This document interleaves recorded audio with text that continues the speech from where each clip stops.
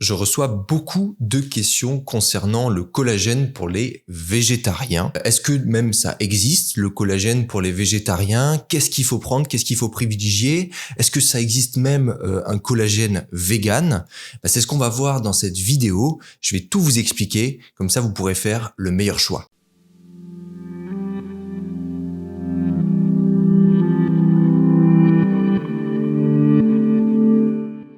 Pour rappel, le collagène est essentiel à la santé notamment de la peau, des cheveux, des ongles et des articulations, en fait des tissus de manière générale, puisque finalement le collagène entre dans la composition des muscles, des os, des tendons, des ligaments, du cartilage. Donc en fait c'est hyper important pour la santé de l'organisme. Le collagène, il est normalement naturellement produit par le corps, mais à partir de l'âge de 25-30 ans, on perd 1% de production de collagène par an.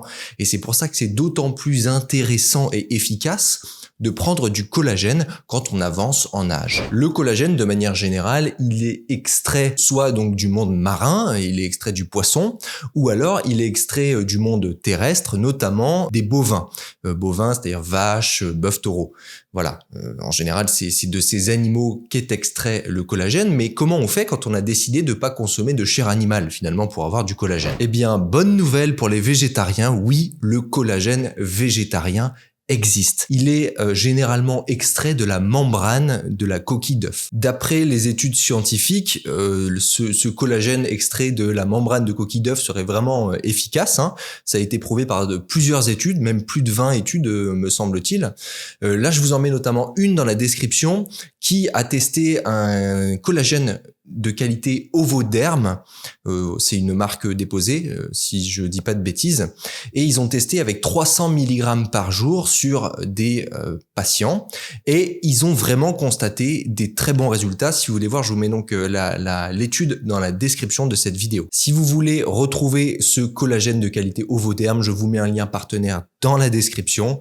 N'hésitez pas à aller regarder si ça vous intéresse. Alors pour ceux qui se posent la question, ce collagène extrait de la membrane de coquille d'œuf, il contient évidemment du collagène de type 1, donc c'est le collagène qui est le plus présent dans l'organisme et qui sert notamment à tous les tissus, sauf le cartilage.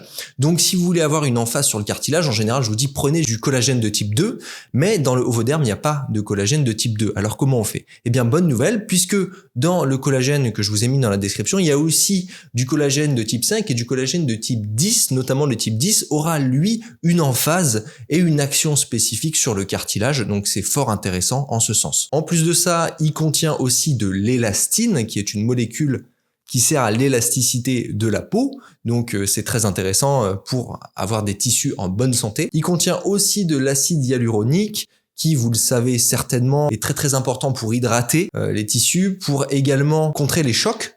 Il est très important pour avoir une bonne, finalement, une réponse de l'organisme correcte face au choc. Et il contient aussi de la glucosamine et de la chondroïtine, qui sont deux molécules qui sont réputées efficaces pour la reconstruction du cartilage. C'est très controversé comme sujet.